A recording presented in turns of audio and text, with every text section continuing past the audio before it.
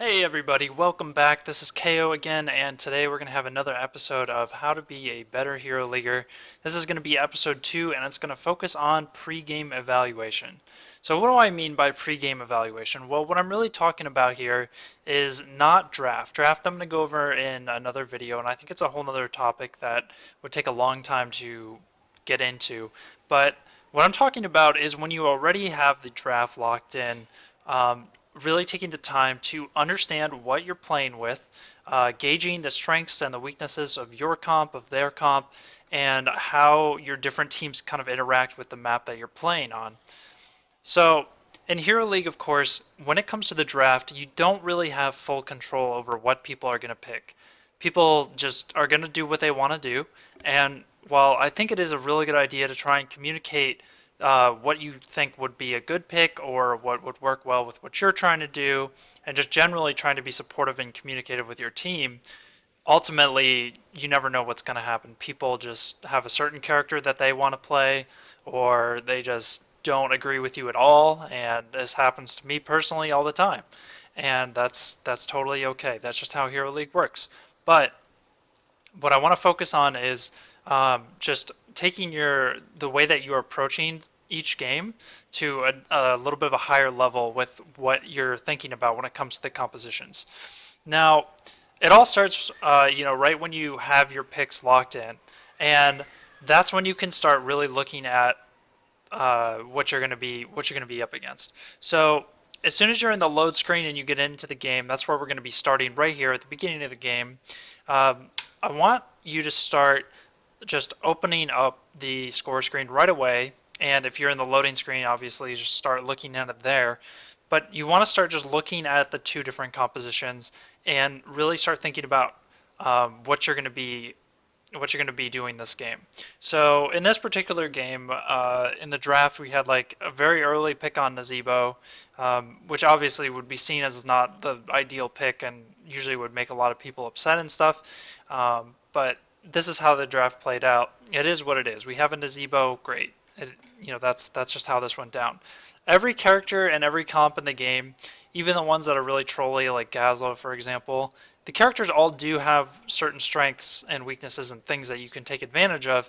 And when you're trying to win Hero League and you're trying to get as high of a rating as you can't really be like you can't just let that stuff get you upset. You just have to play with it the best that you can. Truly, it is kind of being dealt whatever cards that you're dealt and just making the best hand out of it. So first thing you want to do is just open up the screen and let's just start going over this as if we were, gonna go over this in a live game. So real quick, you're gonna open things up. Obviously, you don't have all the time in the world to sit here and think about it, but we can identify a couple things just from looking at this. Okay, our comp specifically, we have a decent amount of poke between the Nazebo and the KT, which is going to be really good. We're on Cursed Hollow, by the way. I didn't mention that, but you can probably tell by now. So we're going to have good poke for the tributes and be able to have some good interrupts there. We have Johanna, who's a decently good peeler for our squishy backline. And we're going to have a really decent front line in general because we also have a Sonya who's going to be able to get on the Illidan. And we also have a Rhaegar healer who's going to be able to enable the Sonya. So I'll be doing a lot of damage and be definitely quite a threat for their Illidan. And overall, that's kind of a snapshot of our comp. So then if we look at their comp, they have a run all over you comp, 100%. They have an Illidan, Zeratul, an Abathur, and a Leoric. And a Brightwing. They're all characters that just jump on your back line. Basically, you want to start thinking about how team fights are going to go. So if I'm imagining a team fight right now, I know that their comp, what their goal is going to be, and their strength is to have Brightwing TP onto Illidan to give him that big shield as he's going in. Leoric has the mobility to jump in there as well, get in our backline. Zeratul, of course, is probably going to be flanking already and opening up on the backline targets. And Abathur is going to either be cloning the Zeratul or the Illidan, both targets that are just jumping right on the backline. So really, it's all going to come down to, if I was like the KT here, for example, I would know that, okay, I'm going to have people on me the whole time. Like, there's going to be immense amount of pressure on me. So we also can see they have, the global Brightwing, and they also have Abathur. So they're going to have a whole lot of gank potential. You immediately can see, Zeratul. If you've ever experienced a ganking Zeratul Brightwing, that's extremely effective at getting kills. And with a hat, it's like next level. One of the weaknesses their comp has, though, is that they are vulnerable to being pushed. If we get mercs out and stuff like that, those mercs are going to put a lot of pressure on the Abathur, who's going to have a lot more trouble clearing those on his own. So these are kind of things to keep in mind. And this is also a point I want to bring up. When you start getting into this, I think that it takes your play to the next level a little bit, just as a player in general, because a lot of the mentality of the the mid-ranking player, I would say, is okay. I just want to see the build that the pros do. Just give me the build that the pros do, and that is a good starting foundation point.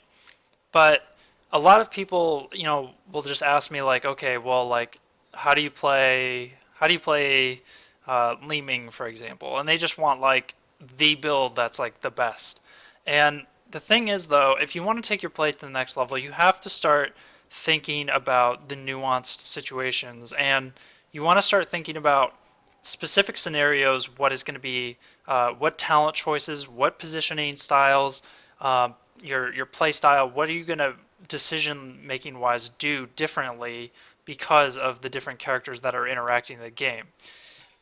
So I think, yeah, taking it to the next level, that's where you can start. When you start thinking this way and you start actually looking at the comps, um, you're gonna start going over what build options are gonna be the best.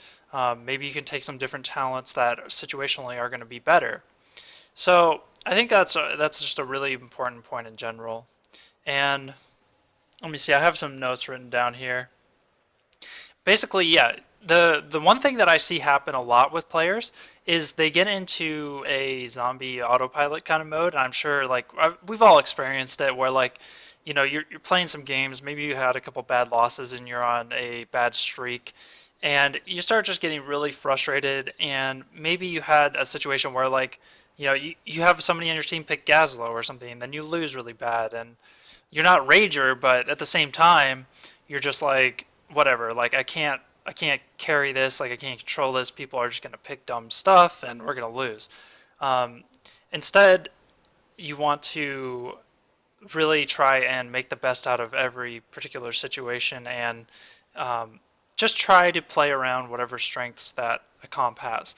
So I think part of the point of this video too is to try and get you out of that um, autopilot mode where maybe you're just alt tab through the entire draft and you're just like whatever, like people are gonna pick stupid stuff. I just need to pick the strongest character I can, and then you even when you get into the game you're still in autopilot. You're not even really looking at the characters. Maybe you just leave the fountain right as the gates are opening and just go to a lane in general, and you're just like, I'm just gonna play this game, whatever, it doesn't matter. um, but yeah, so I would encourage you to really focus on each game and treat each game as a big deal, and try and win each game and do everything you can that the cards with the cards that you're dealt, so to speak. So when you start looking at comps like this, mentally what happens is your brain will start identifying, or your brain will know what opportunities to look for, and it's going to help you really make decisions. For example, if you know how much gank potential that this team has, I feel like what's an extremely likely scenario is people are just going to like walk out into the middle of the lane and push their lane really hard, because they haven't really been paying attention to what characters are picked, and they're just going to get instantly killed by the Zeratul, not respecting that at all. And then they're going to go, oh shit, they have a Brightwing Zeratul Abathur. I need to be careful for that. They've already died once. They've put their team at a disadvantage, and that's the kind of thing you want to avoid. By having this pregame evaluation, you're like, okay, I need to be really, really hyper aware of that. As soon as I see, for example, Zeratul pop up in the top lane over here, you're like, okay, there's Zeratul. Now I can push bottom really, really hard because all their eggs are really in the basket of Zeratul getting those ganks early game. So these are the kind of things you want to look out for. And in your brain, you start identifying the strengths and the weaknesses of the two comps, and it really helps you mentally just like make better decisions all throughout the game and just know what you want to do. So let's go over a couple just examples of questions you can ask yourself as to understanding what kind of composition the enemy team has. Some of the questions might be, do we have a good sustained fight? Are we a sustained team fight comp? Or are we a burst comp that needs to get a kill instantly? This is like a really important question that I think is underrated a lot, and it affects positioning quite a bit. So some teams, some team compositions, like for example the team comp that we have right here, is an extremely sustained team fight ideal comp. What we want to do is have Johanna, peel for us constantly, so Nazebo and KT can get multiple rounds of cooldowns off, and then I'm just going to be in Wrath of the Berserker the whole time, just getting as many auto attacks and damage as I can with Lightning Shield and all that good stuff. We don't have a whole lot of burst type abilities, and we're not a comp that just like is going to eliminate one person to end the fight. The kind of characters that you want to look out for that kind of thing are like Malfurion, extremely sustaining, like Tassadar type comps. These comps are usually don't have the super threatening abilities, but at the same time, they'll out sustain your team in a team fight because they have more healing, they have more just constant output of damage. The other side of the spectrum is the burst comps, where you just have a team that is completely built around assassins that are just going to pick somebody off instantly. Maybe like leap type comps, or like a Murden going in with a Jaina Tyrande. The Tyrande type comps are one to keep an eye out for, because somebody's likely going to die instantly. So, as a mage, for example, if you're playing like Jaina, and you have a comp that has like a Sonya medic, if you're the Jaina, well, there's two really different playstyles that you could have. You can try to be the flanking Jaina that comes in from the backline and just like nukes people. That would be really good if you have a team comp that can get on backline. But if you have like a medic, for example, who cannot chase into the backline, you probably don't want to be positioned in a flank, because you don't want to just have the enemy team turn and kill you without your support being able to get to you. Instead, what you would want to do is play more of a backline sustained mage role, and just constantly put out damage on whatever targets are coming in front. You want to kill whoever's in front. That whole mentality. So that's one question you can ask yourself. Another thing to think about is, what kind of global situation are we dealing with? What globals do we have on our team, and what globals do they have on their team? When you have globals on your team, a lot of times I see this mistake where a team has a global and they don't play with it and utilize it at all, because they don't really realize that like the Falstad is soaking another wave and then get a fly to the team fight. They start the team fight early and they lose somebody, and then Falstad's like, oh well, I was gonna fly, but people just aren't like paying attention. On the other side, if you're against a team that has a Brightwing and you're trying to brawl with people in the jungle, you need to remember that Brightwing can just TP to that brawl at any time, and all of a sudden you're man down in the fight. So these are things you want to keep an eye on. Let's see. Okay, another one is, does the comp have wave clear, and does the other team have wave clear? What kind of matchups are we going to have in lane? What kind of matchups can we abuse? If you have a bad solo lane matchup, for example, where Zagara is against somebody that cannot handle a Zagara, then maybe what you can do is focus your gank potential on that Zagara, because you know she's going to be winning the lane so hard that she's going to be tempted to push really far up, and she's probably going to be like right in front of the towers, like trying to get some tower kills. So with a Zagara that pushed out in lane, that's a super easy gank target. That's something you can be aware of. When it comes to wave clear, you want to think about, can we win the rotations? And I know in kind of like a mid-tier Hero League games and stuff, 4-man rotation squads and stuff aren't that as big of a deal. But it's kind of like with the Zool video I made, where identifying that with having Zool, you can punish people by having a 4-man squad with one person splitting and soaking 2 different lanes.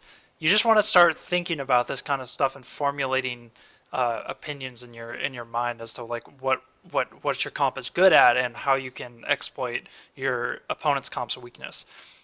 Okay, with all that being said, I know that was a lot. I'm going to bring up a draft screen, and we're just going to go over one example comp here and just talk about something that might come up. So with this particular comp, or with this particular draft, I want you to imagine that you're the Sonya, okay? We're the Sonya player. And early on in the draft, there was a first pick Li Ming, and the other team has picked some stuff like Tyrande Zag, um, and you end up getting like a Sonya, okay? You're a Sonya player. This is what you got. And you're kind of assuming at this point you get an Uther as well. The comp's looking good. You got a Sonya, an Uther, and a Li Ming. Everything is looking good. And you guys are assuming that one of these two players at the end is going to pick a tank, right?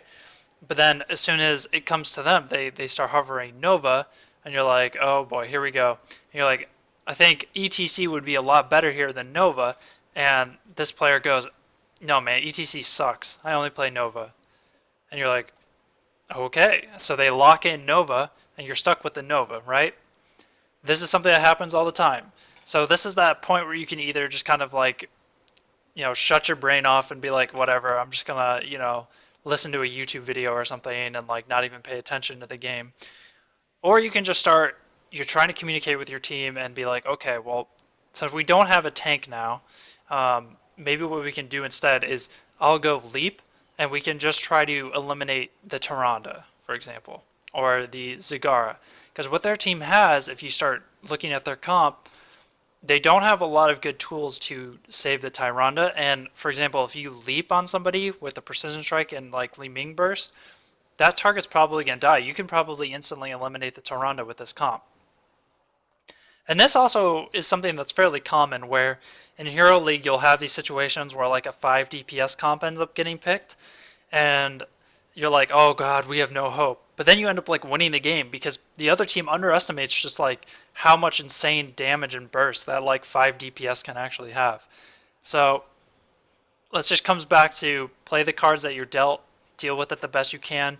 In this situation, like if you were the Sonya player, I would just if you were following if you were playing a lower state of mind, I feel like you'd just be like, all right, well I'm just gonna go like the stock build. I'm not gonna do anything different.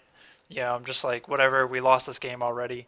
But if you're trying to play at a little bit of a higher level and you're thinking about everything, maybe you can communicate with your team that you're going to try to instantly blow somebody up and you can run like leap and just like try to play that way.